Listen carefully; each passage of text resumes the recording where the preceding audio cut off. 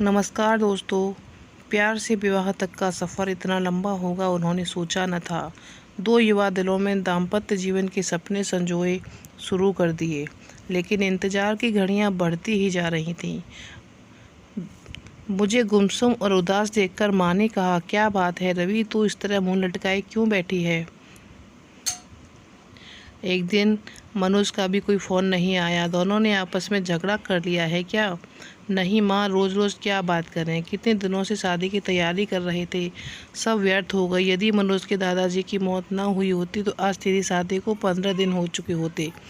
वह काफ़ी बूढ़े थे। 13वीं के बाद शादी हो सकती थी, पर तेरे ससुराल वाले बड़े दकियानूसी विचारों के हैं। कहते हैं साय नहीं है, अब तो 5-6 महीनों बाद ही शादी होगी। हमारी तो सब तैयारी व्यर्थ हो गई। शादी के कार्ड बढ़ चुके थे। फंक्शन हॉल को, कैटरर्स को, सजावट करने वालों को और भी कई लोगों को एडवांस पेमेंट कर चुके थे। 6 महीने शादी सरकाने से अच्छा खासा नुकसान हो गया। इसी बात से मनोज बहुत डिस्टर्ब है और माँ पर कुछ कह नहीं पाता। बेटा, हम भी कभी तुम्हारी उम्र के थे, तुम दोनों के एहसास को समझ सकते हैं, पर हम चाह कर भी कुछ नहीं कर सकते। मैंने तो तेरी सास से कहा बेटा, साय नहीं है तो क्या हुआ, अच्छे काम के लिए सब दिन शुभ होते हैं, सब हमें शादी कर देनी चाहिए। मेरा इतना कहना था कि वो भड़क गई और कहने लगी, आपके लिए सब दिन शुभ होते होंगे, पर हमें तो सायों में भरोसा करते हैं ना। हमारा इकलौता बेटा है, हम अपनी तरफ से पूरी मान्यताओं को अनदेखा कर मन में कोई वहम पैदा नहीं करना चाहते। रति सोचने लगी, मम्मी इससे ज़्यादा क्या कर सकती हैं और मैं भी क्या करूं? मम्मी को कैसे बताऊं कि मनोज क्या चाहता है? नर्सरी से इंटर तक हम दोनों साथ साथ पढ़े थे, किंतु दोस्ती इंटर में आने के बाद ही हुई थी। इंटर के बाद मनोज इंजीनियरिंग करने चला गया और मैं बीएससी में दाखिला ले लिया था। कॉलेज अलग होने पर भी हम दोनों में छुट्टियों में कुछ समय साथ बिताते थे। बीच में फ़ोन पर बातचीत भी कर लेते थे, कंप्यूटर पर चैट हो जाती थी। एमएससी में आते ही मम्मी पापा ने शादी के लड़का तलाशने की शुरुआत कर दी। मैंने कहा भी कि मम्मी एमएससी के बाद शादी करना, पर उनका कहना था तुम अपनी पढ़ाई जारी रखो, शादी कौन सी अभी हुई जा रही है, अच्छा लड़का मिलने में भी समय लगता है। शादी की चर्चा शुरू होते ही मनोज की छवि मेरी आंखों में तैर गई थी। यूँ हम दोनों एक अच्छे मित्र थे। तब तक शादी करने के वादे हम दोनों ने एक दूसरे से नहीं किए थे, साथ मिलकर भविष्य के सपने भी देखे थे, पर मम्मी द्वारा शादी की चर्चा करने पर मनोज का ख्याल आना, इसे क्या समझूं, प्यार समझूं या दोस्ती? क्या मनोज भी यही चाहता है? कैसे जानूं उसके दिल की बात? मुलाकात में मनोज ने मम्मी द्वारा शादी की पेशकश के बारे में बताया तो वह बोला, इतनी जल्दी शादी कर लोगी? अभी तो तुम्हें 2 वर्ष एमएससी करने में ही लगेंगे। फिर कुछ सोचते हुए बोला, सीधे सीधे बताओ, क्या मुझसे शादी करोगी? पर अभी मुझे सेटल होने में कम से कम 2-3 वर्ष लगेंगे। प्रसन्नता की एक लहर तन मन को छू गई थी। सच कहूँ मनोज, जब मम्मी ने शादी की बात की थी तो एकदम से मुझे तुम याद आ गई थी। क्या यही प्यार है? मैं समझता हूँ यही प्यार है। देखो, जो बात अब तक नहीं कह सका था, तुम्हारी शादी की बात उठते ही मेरे मुंह में आ गई और मैंने तुम्हें प्रपोज कर डाला। अब जब हम दोनों एक दूसरे से चाहत का इजहार कर ही चुके हैं तो फिर इस विषय में गंभीरता से सोचना ही होगा। रति, तुम्हें अपने मम्मी पापा को इस शादी के लिए मनाना भी होगा। क्या तुम्हारे घर वाले मान जाएंगे? देखो, अभी तो मेरा इंजीनियरिंग का अंतिम साल है, मेरी कैट की कोचिंग भी चल रही है, उसकी परीक्षा देनी है। वैसे हो सकता है इस साल किसी अच्छी कंपनी में प्लेसमेंट मिल जाए, क्योंकि कॉलेज बहुत सी कंपनियां आती हैं और जॉब ऑफ़र करती हैं। अच्छा ऑफ़र मिला तो मैं स्वीकार कर लूँगा। जैसे ही शादी की चर्चा होगी मैं तुम्हारे बारे में बता दूँगा। प्यार का अंकुर तो हमारे बीच पनप ही चुका था। अब हमारा यह प्यार अब जीवन साथी बनने के सपने भी देखने लगा था। अब इसका जिक्र अपने अपने घर में करना ज़रूरी हो गया था। मैंने मम्मी को मनोज के बारे में बताया तो वह बोली, वो अपनी जाति का नहीं है, यह कैसे हो सकता है? तेरे पापा तो बिल्कुल भी नहीं मानेंगे। क्या मनोज के माता पिता तैयार हैं? अभी तो इस बारे में उसके घर वाले कुछ नहीं जानते। फाइनल परीक्षा होने तक मनोज को किसी अच्छी कंपनी में जॉब का ऑफ़र मिल जाएगा और रिजल्ट आते ही वो कंपनी ज्वाइन कर लेगा। उसके बाद ही वो अपने मम्मी पापा से बात करेगा। क्या ज़रूरी है कि वह मान जाएंगे? मम्मी, मुझे पहले आपकी इजाज़त चाहिए। ये फ़ैसला मैं अकेले कैसे ले सकती हूँ? तुम्हारे पापा से बात करनी होगी। उनसे बात करने के लिए मुझे हिम्मत जुटानी होगी। यदि पापा तैयार नहीं हुए तो तुम क्या करोगी?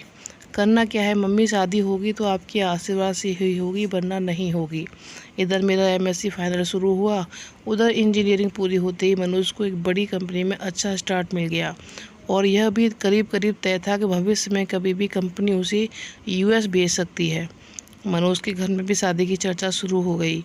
मैंने मम्मी को जैसे तैसे मना लिया था और मम्मी ने पापा को, किंतु मनोज की मम्मी इस विवाह के लिए बिल्कुल तैयार नहीं थी।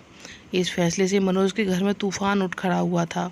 उसके घर में पापा से ज़्यादा उसकी मम्मी की चलती है, ऐसा एक बार मनोज ने ही बताया था। मनोज ने भी अपने घर में ऐलान कर दिया था कि शादी करूंगा तो रति से, वरना किसी से नहीं। आखिर मनोज की बहन बहनोई ने अपनी तरह से मम्मी को समझाया था, मम्मी आपकी यह जिद मनोज को आपसे दूर कर देगी। आजकल बच्चों की मानसिक स्थिति का कुछ पता नहीं चलता, वह कब क्या कर बैठे। आज के ही अखबार में समाचार है कि माता पिता की स्वीकृति न मिलने पर प्रेमी प्रेमिका ने आत्महत्या कर ली। वह दोनों बालिग हैं, मनोज अच्छा कमा रहा है, वह चाहता तो अदालत में शादी कर सकता था, पर उसने ऐसा किया गया और आपकी स्वीकृति का इंतजार कर रहा है। अब फैसला आपको करना है। मनोज के पिता ने कहा, बेटा मुझे तो मनोज की शादी से कोई ऐतराज़ नहीं है। लड़की पढ़ी लिखी है, सुंदर है, अच्छे परिवार की है और सबसे बड़ी बात मनोज को पसंद है। बस हमारी जाति की नहीं है तो क्या हुआ, पर तुम्हारी मम्मी को कौन समझाए। जब सब तैयार हैं तो मैं ही उसकी दुश्मन हूँ, मैं ही बुरी क्यों बनूँ, मैं भी तैयार हूँ। मम्मी का इरादा फिर बदले, इससे पहले कि मंगनी की रस्म पूरी कर दी गई। तय हुआ था कि मेरी एमएससी पूरी होते ही शादी हो जाएगी। मंगनी हुए 1 साल हो चुका था, शादी की तारीख भी तय हो चुकी थी। मनोज के बाबा की मौत न हुई होती तो हम दोनों अब तक हनीमून मनाकर कुल्लू मनाली शिमला से लौट चुके होते और 3 महीने बाद मैं भी मनोज के साथ अमेरिका चली जाती। पर अब 6-7 महीने तक साए नहीं आता है, शादी अभी नहीं होगी, ऐसा मनोज की मम्मी ने कहा है। पर मनोज शादी के डरने से खुश नहीं है, इसलिए अपने घर से खुद ही बात करनी होगी। यदि हाँ घर में से कोई रुकावट होती है तो मैं उसे दूर करने का प्रयास करती, पर अब मैं क्या करूं। माना कि उसके भी जज्बात हैं, 4-5 वर्षों से हम दोस्तों की तरह मिलते रहे हैं, प्रेमियों की तरह साथ साथ भविष्य के सपने भी बुनते रहे हैं, किंतु मनोज को कभी इस तरह कमज़ोर होते नहीं देखा। यद्यपि उसका बस चलता तो मंगनी के दूसरे दिन ही वह शादी कर लेता, पर मेरा फाइनल साल था, इसलिए मन महसूस कर रह गया।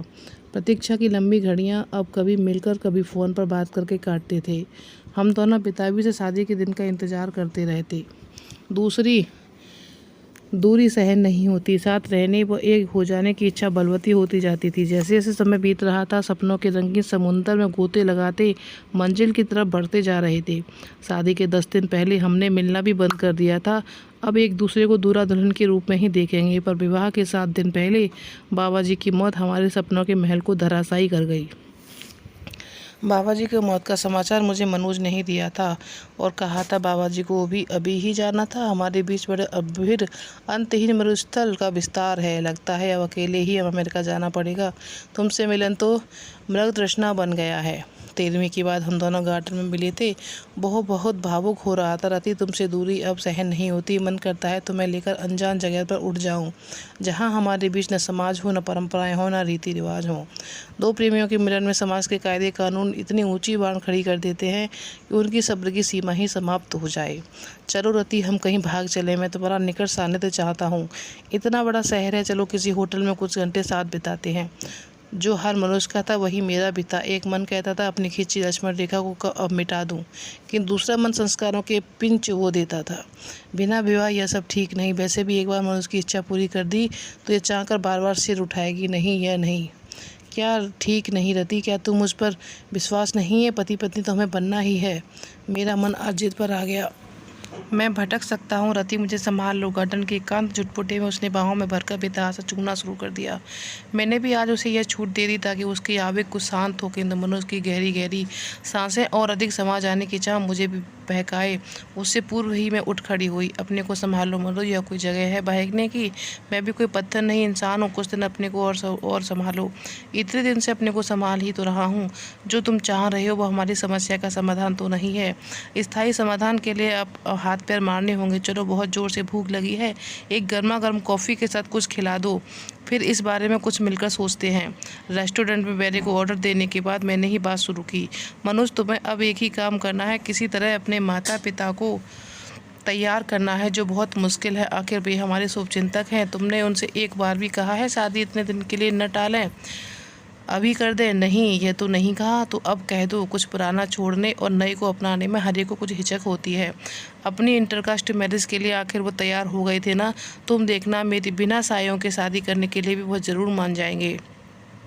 मनोज के चेहरे पे खुशी की लहर दौड़ गई। तुम ठीक कह रही रति, यह बात मेरे ध्यान में क्यों नहीं आई। खाने की बात तो मैं घर पर छोड़ देता हूँ, कोर्ट मैरिज की डेट भी तो पास आ गई है, उसे भी नहीं आगे बढ़ने दूंगा। ठीक है, अब मैरिज वाले दिन कोर्ट में ही मिलेंगे। मेरे आज के व्यवहार से डर गई क्या? इस बीच फ़ोन करने की इजाज़त तो है, क्या वह नहीं है? चलो फ़ोन करने की इजाज़त दे देते हैं। रजिस्ट्रार के ऑफिस पे मैरिज की फॉर्मेलिटी पूरी होने के बाद हम दोनों अपने परिवार के साथ बाहर आए तो मनोज के जीजाजी ने कहा, मनोज अब तुम दोनों की शादी पर कानून की मोहर लग गई है। रति अब तुम्हारी हुई है जमाई बाबू, ये इंडिया है, वो तो वीज़ा के लिए ये सब करना पड़ा, वरना हमें ये शादी नहीं मानते। हमारे घर की बहू तो रति का विवाह के बाद ही बनेगी, मेरी मम्मी ने कहा। वह तो मजाक की बात थी मम्मी, अब आप लोग घर चलें, मैं तो इन दोनों से पार्टी लेकर ही आऊँगा। होटल में खाने का ऑर्डर देने के बाद मनोज ने अपने जीजाजी से पूछा, जीजाजी मम्मी तक आपकी फरियाद अभी पहुंची या नहीं? साले साहब क्यों चिंता करते हो, हम दोनों हैं ना तुम्हारे साथ। अमेरिका तो आप दोनों को साथ ही भेजेंगे और उस शादी के बाद में, कोर्ट मैरिज के बाद में आपकी बहन कोशिश करेंगी। हाँ, मैं कोशिश करूँगी, और ना माने तो मेरा नाम लेकर भी कह देना। अब आप शादी करो या ना करो, भैया भाभी को साथ लेकर ही जाएंगे। वाह भैया, आज तुम सचमुच बड़े हो गए।